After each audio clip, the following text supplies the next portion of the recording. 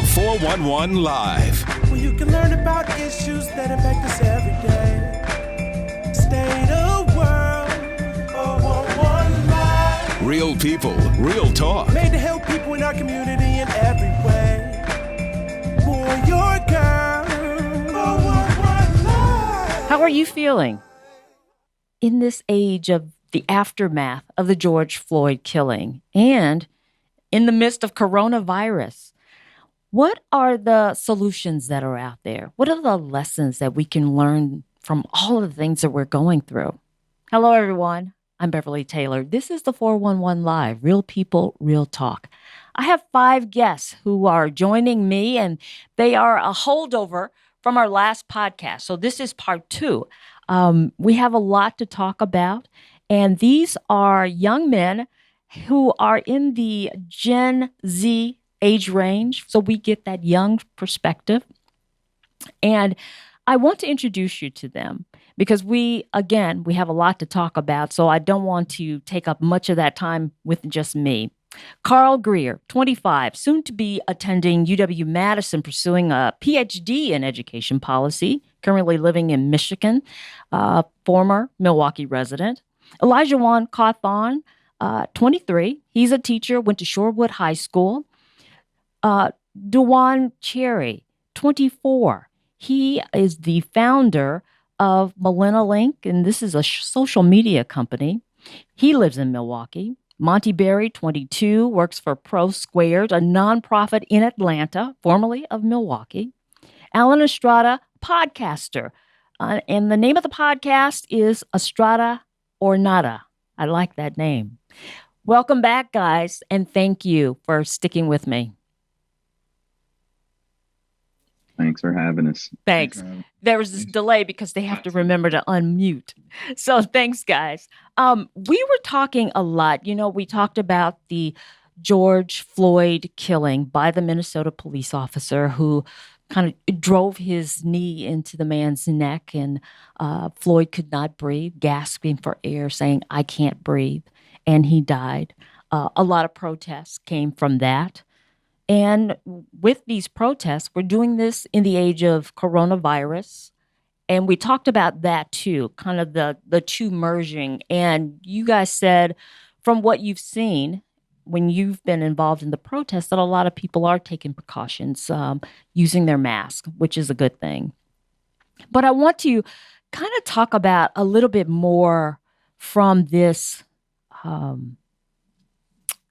momentum that we're going through, because we talked about the fact that there have been killings in the past by police officers, but the response has not been this intense.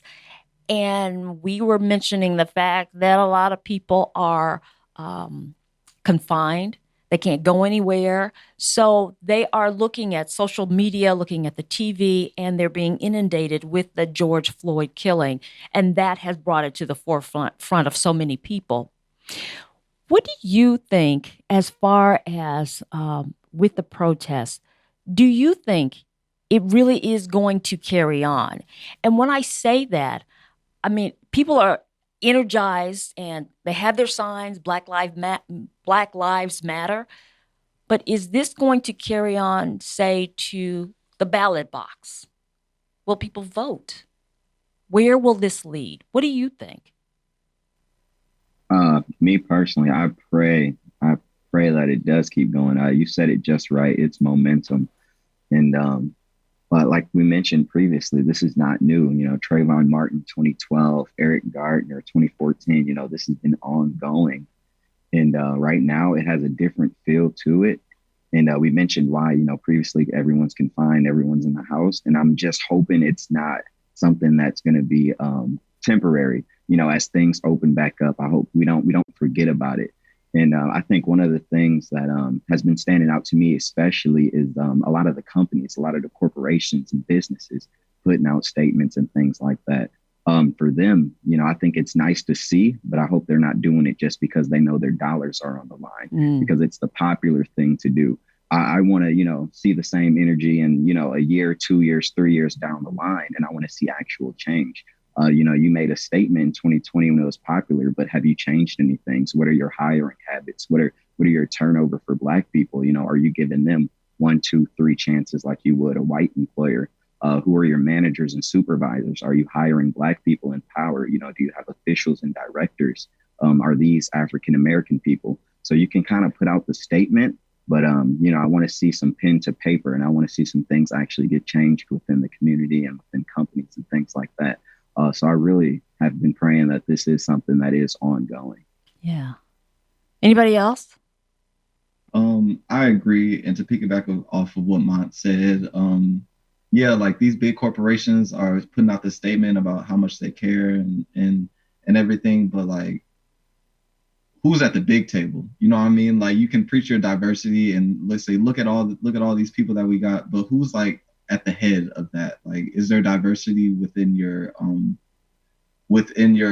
executives, the people that are like that make the deals and within your company?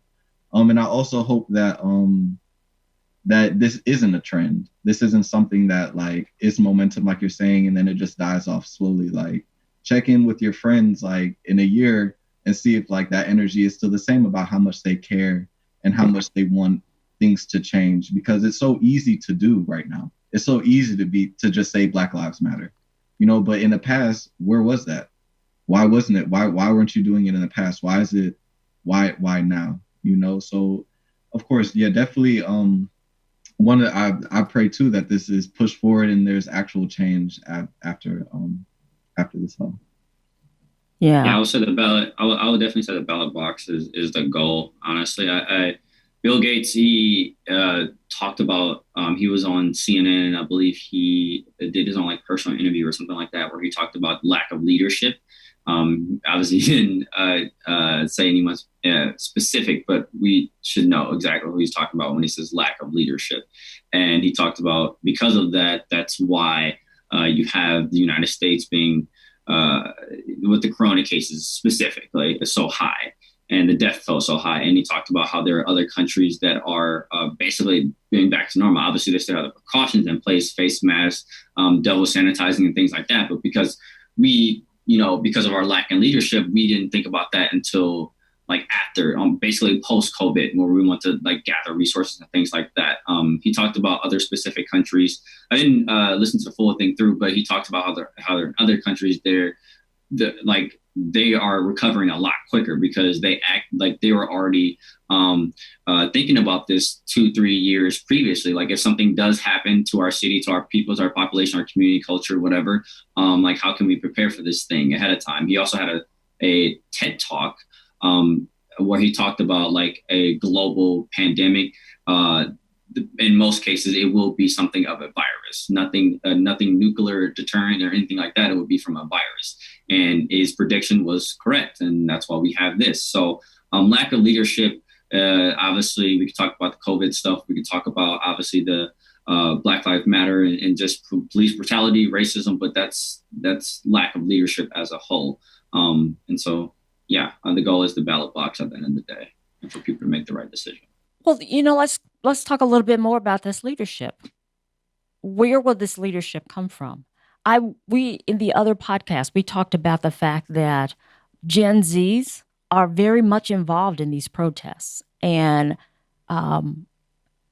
have, gravitated to the cause. Could they be interested in running for office? I mean, are these our leaders? Is this where we will find our leaders? I definitely think that eventually, as our generation gets slightly older, we will start to have those leadership positions. And I think we'll really be able to like radically make changes because obviously, like you said, we're seeing all this. We've seen this from from like when we were in high school till now. We're not even 30 yet. And we've seen all this and we've dealt with all this. And to piggyback off of what some of them said prior, it's also not just about the corporations. I would hope that also a lot of the police force changes the way that they do things as well. Because even the officer who killed George Floyd, he had a lot of different, I think it was like warnings or like incidents. I think it Right. was like almost 20 incidents. And I'm like, who was above him letting him still do what he does? You know what I mean? Like, why was he not reprimanded at all? And so, like, that was just crazy to me. And I feel like the police force definitely has to get more training, different. They need to figure something out because I don't think people.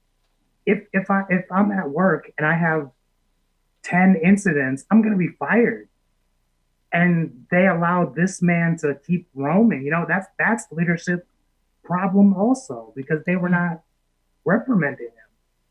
So it's like, besides the corporation thing, it also goes into police force and all that type of stuff as well. One of the things that I keep hearing tossed about is defund the police. You see that on signs. What does that mean to you guys? Because that means that phrase, uh, it means different things to different people. When I hear the term defund the police, I hear a reinvestment in different services. For instance, MPD, Milwaukee Police Department, it was just voted on for them to be removed from the Milwaukee Public School District. And I was curious to know how much of the budget was allocated towards them. And in their past 2019 budget, they had documented $14.5 million to go into safety operations. But then different line items on their budget, they had only committed under 400,000 to things based on equity, access, and inclusion. So that's a very huge difference. So when I hear de-invest from PD, I literally just see other areas that are needed for social services, guidance counselors, restorative practices, increasing the salaries for people that work in schools, that work in social agencies. That's what I see when I hear that. So, Right. But you're not looking at eliminating the police, right? Or are you? eliminating, oh, eliminating the police. In some instances, it could be necessary. There are a lot of spaces where law enforcement don't need to be caught and they shouldn't be addressing things. Like, for instance, mental health incidents. It shouldn't be a police officer going to someone who's having a mental breakdown because they simply aren't equipped with that type of training to assess that situation. There should be other forces in place to do that. But there are instances where the police are necessary, and it has to be more distinguishable where police are actually necessary and that they're actually being utilized in the way that they're intended to be utilized in those instances. So, Yeah. Any other thoughts on this defunding? No. I agree. I agree with Carl. Defunding doesn't mean completely eliminate. It doesn't mean no more police. To me, when I hear defunding police, I think the same exact thing. Like, this money could be going towards something else, to uplift the communities, to pay the teachers more that are there, to pay the staff more that are there, to have more counselors and social workers in the school. All those things can be covered, but instead we're putting it towards one department. And what are we getting from that? Like, what are we actually gaining from that? So it's going to be interesting to see if, like, it is defunded, what happens to Milwaukee public schools and how that culture is going to change, because over policing is a problem everywhere. You know, the timing of, I'm kind of switching subjects a little bit, the timing of Juneteenth was just perfect. We're in this climate, you've got the protests, all of that. And then Juneteenth comes up. And a lot in Milwaukee, it's a given. We've been celebrating Juneteenth forever. But a lot of other places, not as familiar with Juneteenth. We are about to take a break because I don't want to get started on this and we can't finish it. But with all of this, it seems like there has been a peak on the educational front of Black history, American history involving Blacks, I should say. And that, I think, is a good thing. So we'll talk more about that when we come back on the other side of the break. Stay with us. My God. It's another sad day in America. Painful to be introduced to George Floyd during his last breath. With the cop's knee on his neck. He deserved so much more. How many black lives have to be taken before something is done? We are not a threat. I am shaking as I type. This has got to stop. We are sick of it. We need conviction. I just want us all to live. The deaths will not stop until the powers that be are finally held accountable. Don't look away from the truth until every one of us are free from white supremacy. The world stands with you.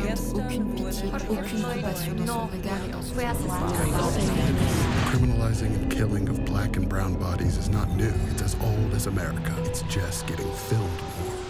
Do you know what it feels like to be hunted? To have a new hashtag for a dead black person every single day? How does one plan a life if they aren't sure they will have a life to plan? Derisha Armstrong, Deborah Dance, Nina Pop, Stephen Clark, Nia Wilson, Keisha Mike, Christopher Deontay, George Floyd. His name was George Floyd. Say his name. Say his name. George Floyd. Say his name. Say their names. Once again, and always, we fight for justice.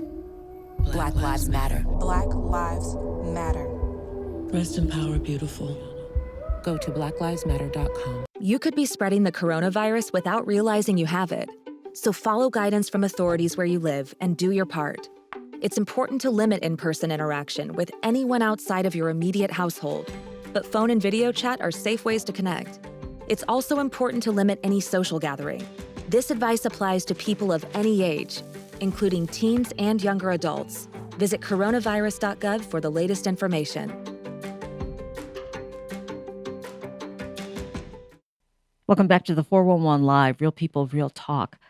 We are going to continue our conversation with our 5 guests. And one of the things that I wanted to talk about in this last segment dealt with social media. There was a social media post, Kimberly Jones, and she was explaining about people looting and how people are complaining about people, there are protests and people are looting and that's, hurting the cause. And she was saying people shouldn't just focus on the fact that they're looting, but they should focus on the reason why they're looting. And she was mentioning that the people, she talked about the financial gap between very poor Black people and other people and how they were basically hopeless and wanting what they're seeing flaunted in their faces and willing to go through the glass of the windows to get some of this merchandise so they can be part of that. She said with the why, we should look at the unemployment, the need for food, all of the other things that contribute to it instead of what is happening. Look at the reason why. Take a look. When you have a civil unrest like this, there are 3 types of people in the streets. There are the protesters, there are the rioters, and there are the looters. The protesters are there because they actually care about what is happening in the community. They want to raise their voices, and they are there strictly to protest. You have the rioters who are angry, who are anarchists, who really just want to up, and that's what they're going to do regardless. And then you have the looters. And the looters almost exclusively are just there to do that, to loot. Now, people are like, well, what did you gain? Well, what did you get from looting? I think that as long as we're focusing on the what, we're not focusing on the why. And that's my issue with that. As long as we're focusing on what they're doing, we're not focusing on why they're doing. And some people are like, well, those aren't people who are legitimately angry about what's happening. Those are people who just want to get stuff. Okay, well then, let's go with that. Let's say that's what it is. Let's ask ourselves why in this country in 2020, the financial gap between poor Blacks and the rest of the world is at such a distance that people feel like their only hope and only opportunity to get some of the things that we flaunt and flash in front of them all the time is to walk through a broken glass window and get it. That they are so hopeless that getting that necklace, getting that TV, getting that change, getting that bed, getting that phone, whatever it is that they're going to get is that in in that moment when the riots happen and if they present an opportunity of looting, that's their only opportunity to get it.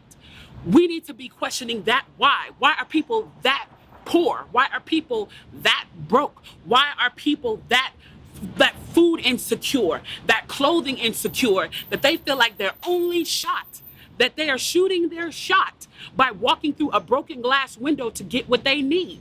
And then people want to talk about, well, there's plenty of people who pulled themselves up by their bootstraps and got it on their own. Why can't they do that? Let me explain to you something about economics in America. And I'm so glad that as a child, I got an opportunity to spend time at Push where they taught me this, is that we must never forget that economics was the reason that Black people were brought to this country. We came to do the agricultural work in the South and the textile work in the North. Do you understand that? That's what we came to do. We came to do the agricultural work in the South and the textile work in the North. Now, if I right now decided that I wanted to play Monopoly with you, and for 400 rounds of playing Monopoly, I didn't allow you to have any money, I didn't allow you to have anything on the board, I didn't allow for you to have anything. And then we played another 50 rounds of Monopoly, and everything that you gained and you earned while you were playing that round of Monopoly was taken from you. That was Tulsa, that was Rosewood. Those are places where we built Black economic wealth, where we were self-sufficient, where we owned our stores, where we owned our property, and they burned them to the ground.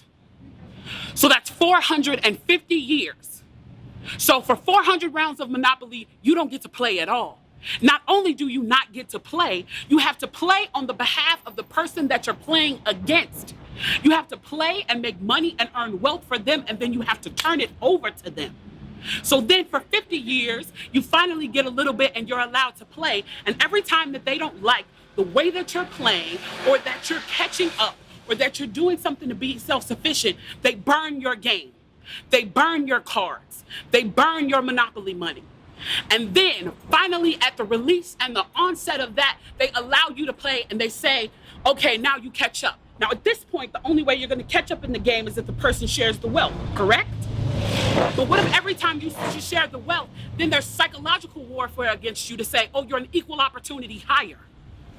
So if I played 400 rounds of Monopoly with you and I had to play and give you every dime that I made, and then for 50 years, every time that I played, if you didn't like what I did, you got to burn it like they did in Tulsa and like they did in Rosewood. How can you win? How can you win? You can't win. The game is fixed. So when they say, why do you burn down the community? Why do you burn down your own neighborhood? It's not ours. We don't own anything. We don't own anything. Trevor Noah said it so beautifully last night. There's a social contract that we all have, that if you steal or if I steal, then the person who is the authority comes in and they fix the situation. But the person who fixes the situation is killing us. So the social contract is broken. And if the social contract is broken, why the do I give a about burning the Football Hall of Fame, about burning a Target? You broke the contract when you killed us in the streets and didn't give a You broke the contract when for 400 years we played your game and built your wealth. You broke the contract when we built our wealth again on our own by our bootstraps in Tulsa, and you dropped bombs on us. When we built it in Rosewood and you came in and you slaughtered us. You broke the contract. What she said resonated with so many people. So many people used this post from social media, and she got so much attention from it. And I know all of you guys have seen it. So what did you get from that? The truth. Everything she said was 100% true. There has been a historical precedent that whenever Black people build something up, they build a community, they build a business, that it is destroyed at the hands of white people here in America. And that's just a sad fact of our history. It's not really acknowledged. And because of that lack of acknowledgement, we just see this continuous compound on that problem of people are at a lower position than where they would have been if they were able to access resources and wealth that they're supposed to have, but they don't have because those resources and that wealth has been destroyed. So she was preaching straight facts to me. Yeah. I think one thing I just want to interject and say, I do believe in the power of being resourceful with whatever resources that you do have. I think she talked about being bootstrapping, and I'm fortunate enough to, within my company, I bootstrapped every single thing that I have. I'm fortunate enough to, like, I didn't have a venture capitalist. I didn't have any like outside investor come in. I did it all on myself, and I'm not saying everyone else can, but I was, luckily and blessed enough to have a strong mindset where I'm in a good position in life where I don't work for anyone else. I work for myself. My clientele are predominantly white, and obviously they do trust me. But I obviously don't want to get into that. But I also believe in whatever resources that you do have, what if it's bare bottom to none, it's all about being resourceful. But I just would like to add that as well. Do you are you saying, or are you thinking in terms of maybe making an excuse? I would say to a certain degree, yes. Once again, I'm not saying everyone can have the mindset, because like I said, I'm from an urban city where my freshman and sophomore year, I went to a completely urban school. Even elementary, it was like it didn't have as many. It was diverse, but it just didn't have as many resources. So obviously, as I went to middle school, it was the same school essentially. So it went from middle school to high school. I'm not going to name drop the school, but what I'll say is it was an urban private school, and I was fortunate enough to take the leap of faith of going to a better school my junior sophomore or my junior senior year. But it wasn't until I realized that I wanted change within my life. I wanted to make it better. And I had to take the step within myself of realizing and recognizing, okay, this is my current environment. And I don't want this when I'm 20 and 35 years of age. So what can I do to change that? What type of connections can I make? What platforms like LinkedIn, like Facebook, can I connect with CEOs and presidents and just say, hey, I'm interested into photography or videography or whatever, and I'm just looking to make a conversation, have a connection, seeing where I can go with this. I just need someone to take a chance on me. And it was those little steps that I took within myself to get in the position that I'm in. So I always try to encourage African American high schoolers that complaining can only get you so far, and that use whatever resources that you have to get you to where you want to go. And that's why I like to say, use me if you want to. Like, I have no problem writing a letter of recommendation. I'll actually hire you for some work. If you have the passion, you actually want to see something for yourself, I actually do that from time to time. And so I strongly believe that it's all about being resourceful. And yeah. Yeah. Anybody else? I'd like to push back on that notion. So the main articulation of what Kimberly Jones was saying was not around the point of like lack of resourcefulness. It's the fact that when historically Black people have been resourceful, their end product has been destroyed. That was like the main articulation of what she was saying. So that's how I interpreted it, and that's how I viewed it. And I just wanted to acknowledge that. Okay. Alan? Yeah, absolutely. Go ahead. I'm sorry, Alan. No, go ahead.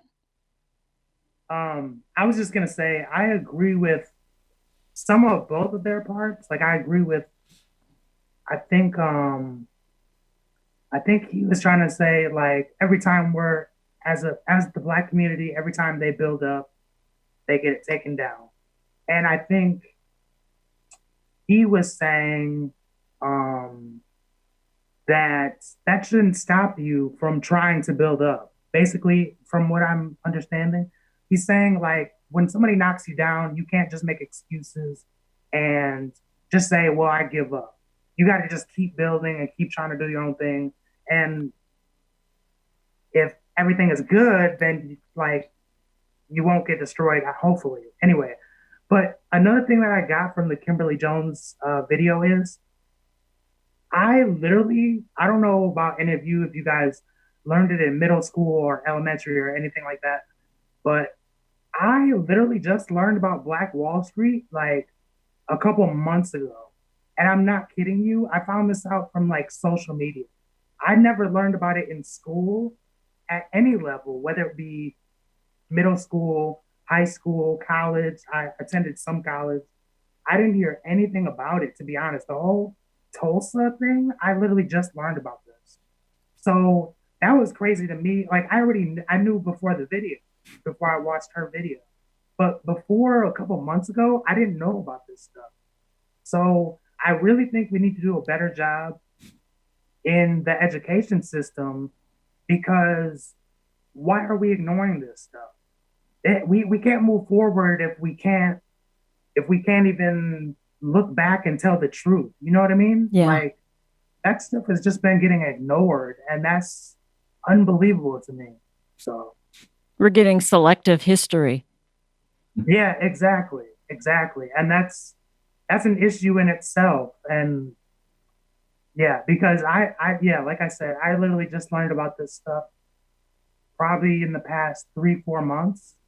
Yeah. And that's scary to me, because I'm like, what, like, if you're not telling me that, what are you really not telling me? Yeah. You know what I mean? Yeah. Like, so, I understand completely. Olajuwon, you had something to add to that? Yeah, to kind of comment on what Alan said about Dujuan and Carl's comment. I just want to say that I do agree with what Kimberly was saying in her video. It is a fact that history will show that every time that we tried to help ourselves, it was dismantled systemically. And you see that with the Black Panthers, you see that with Tulsa, you see that with Black Wall Street, and all those things where we tried to help ourselves, and it was destroyed, you know. And of course, yeah, we're resilient. We've been resilient forever. Like, we freed ourselves. Like, nobody freed us, we freed ourselves. So yeah, we're going to continue to be resilient, and we're going to keep picking ourselves up and picking each other up. But when is the accountability going to kick in? When are they going to be like, okay, like, yeah, we fumbled, like, we dropped the ball, and this is what we're going to do to help. And you can't, Malcolm X once said, you can't stab somebody and then take the knife out and then be like, all right, like, go heal. Like, when are you going to tend to the wound that, like, you caused? And until that happens, like, I don't know. People are still going to be angry, and you're still going to get the rioters. You're still going to get the protesters. You're still going to catch the heat every time something happens. And we also need more opportunity and resources. Yeah, you can be like, oh yeah, we got this park right here. You know what I mean? They got it. They got the pull-up bar, and they got all this stuff, and it's right here in your community. You can use it. Go work out. You know, it's right there. But if you don't have, like, the opportunity, the car to get there, you know what I mean, the capability to walk, like, you're not going to be able to utilize it, you know. And that's the biggest thing that I saw in Shorewood versus Milwaukee. Going to school in Milwaukee, attending school in MPS, and then my mom moving us to Shorewood, and then, like, seeing what Shorewood had versus what Milwaukee had was ridiculous. And the only thing that divides them is a bridge. It's the only thing that divides Shorewood and Milwaukee. And it's a shame that, like, you're not getting the same opportunity. Kids aren't getting the same opportunity like children. And, you know, we're supposed to, like, they're the foundation. And we're not all getting the same resources. And what does that do? Yeah, what does that do to a kid's psyche, you know, to see that? Exactly. You know, and yeah, it's great. Definitely need more opportunity, definitely need more resources. And I agree with Ms. Jones was saying in her video, 400 years of monopoly, and we didn't get to collect 200 every time we passed go, but they did, you know. So we're trying to catch up in a relay race, and, you know, it's not easy. Right. In the break, we started a conversation dealing with the media and the media's role in all of this. So before we end, I wanted to, you know, hit that a little bit. What is the media's role? To tell the truth, you know, to inform. And a part of that is taking responsibility. Definitely, definitely giving like that the right information, the correct information, and the honest information. We're not getting the whole thing from both sides. You know what I mean? It's bigger than just like Dujuan was saying. It's bigger than just like the anchors. It's bigger than just the writers. It's the people. It's the people up there. The Titanic, the igloo, not the igloo. I'm sorry. The iceberg that destroyed the Titanic. It wasn't the top of the iceberg. It was the bottom of the iceberg. Everything that nobody saw. You know what I'm saying? So that's what gashed the Titanic and had it sinking. It wasn't the top of it. What everybody saw is what nobody saw. So what's happening behind those closed doors in those meetings? That's where the change needs to come. And those are the people that we need to hold accountable, not the anchors, because they're just pawns to a bigger chess game that people need to learn how to play. And we were talking about kind of the messaging. I guess that's how we got on that conversation with the media, the messaging that is going out. You were talking about the people behind the scenes that you don't see are kind of instrumental in what you do see, what is actually broadcast. But what is happening with the messaging? What are you finding that's disturbing to you? Yeah, I think more than anything, it's not that it's disturbing. I think it's just more of if it puts me at the top, like we need the ad revenue, we need the views, we need something that's going to be clickbait, we need the thumbnails. Like it's not that it's disturbing. It's just more of on the competitive side of things. And as we were talking before, as someone that has worked in news media before and knowing how things operate to the bigger degree of like, what can we do to change it? You can't really do anything to change it, honestly. I like to think then create your own media, then create the authentic, true storytelling that's supposed to be told. But in traditional media, you still have someone that's 35, 40 years and still going off of the traditional news education, I guess would be the way to put it. People that are going to follow tradition through and through, if it's them at the top. If it's more views for them, it's for more advertisements for them. And obviously I want to talk about the capital side of things, but at the end of the day, it's a competition. We have 3-4 news outlets, and it's to some degree they're somewhat all friends. I'll say that. But I'll say at the end of the day, it's all about being number one. And if we're gonna that competition half of the exactly throwing out half the truth with a 3-4 letter something that's clickbait that's going to lead you to my programming, then I'm going to do it every single time.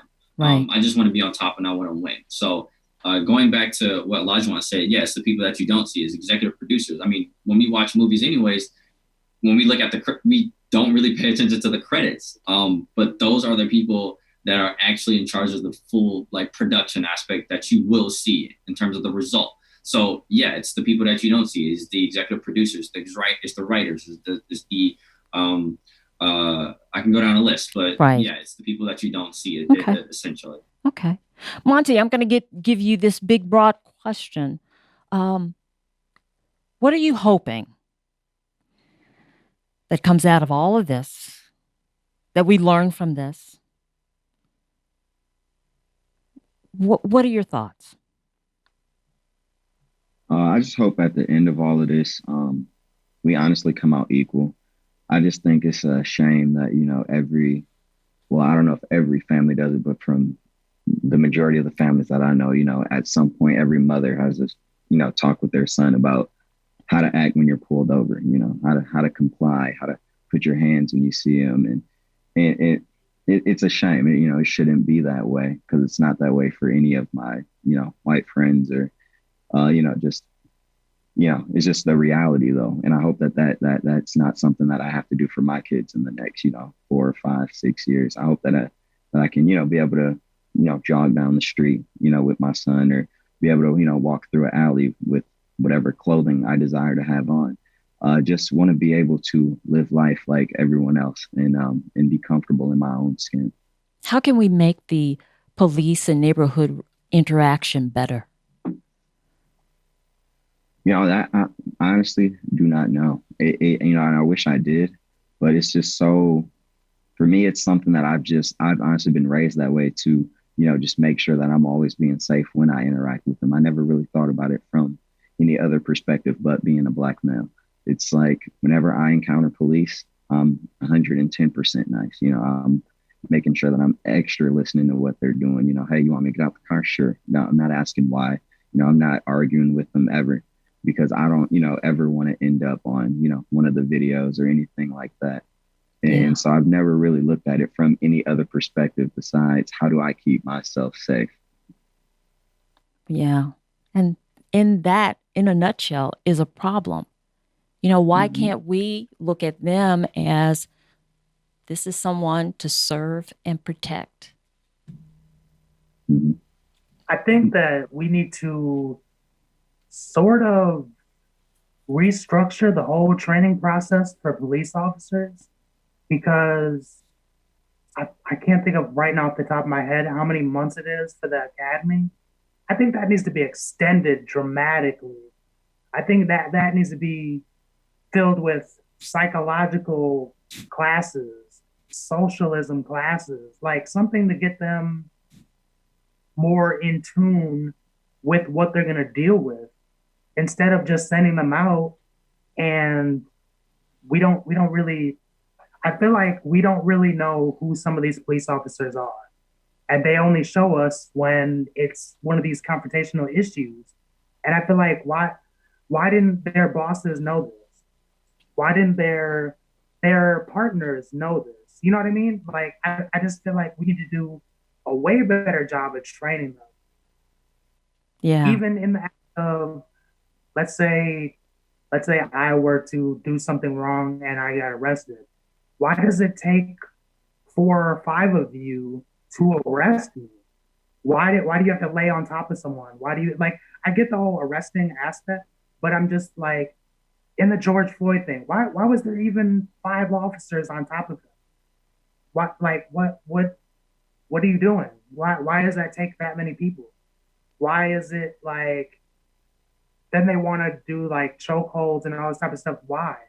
If you're just arresting somebody, get them in the car and go about your way.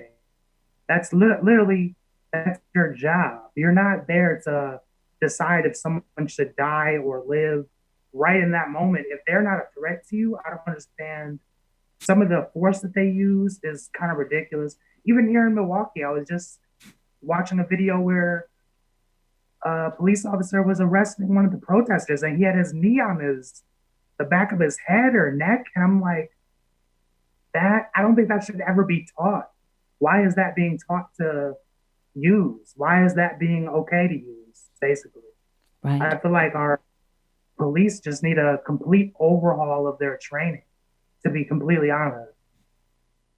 And that is, a lot of proposals are about retraining. And the other thing that bothers me as well, I know a lot of police officers, and I mean, there are hundreds of thousands of police officers across this country. Most of them will never use their gun. And many of them are, stellar people. But it's like when a Black person does something, a crime or something like that, and there's this broad paint, this broad brush of all Black people do this.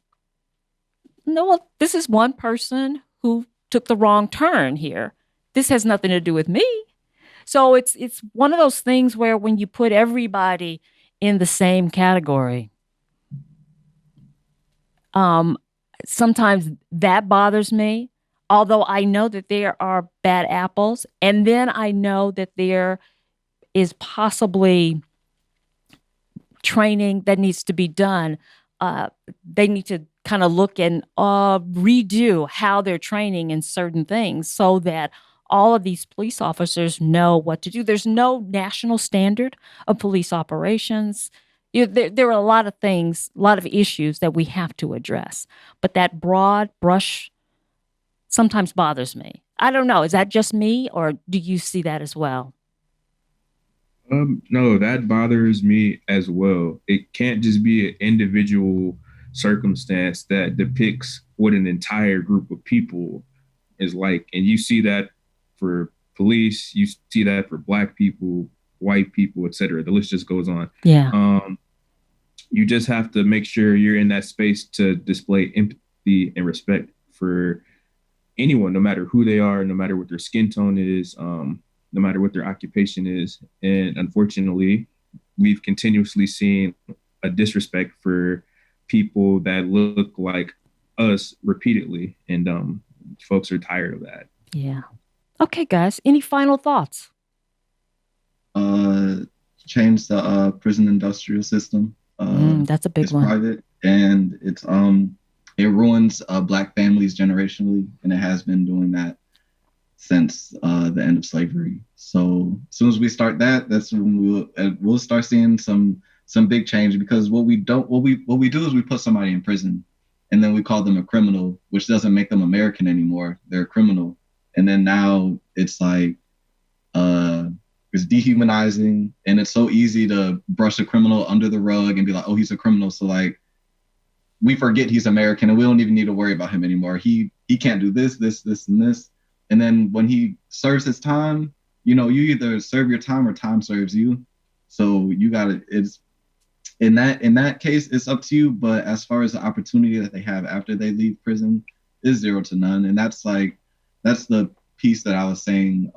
Sure, we have resources, but do I have the opportunity to utilize them? Like, it's too late for me. Like, I made my one mistake, and now that I made my one mistake, it's a wrap, and I won't be able to do that. And that happens so much more in the African American community compared to the other communities. And that's where you see the effect. That's where you see a lot of sons without their fathers, and sometimes a lot of sons and daughters without their mothers too. Right.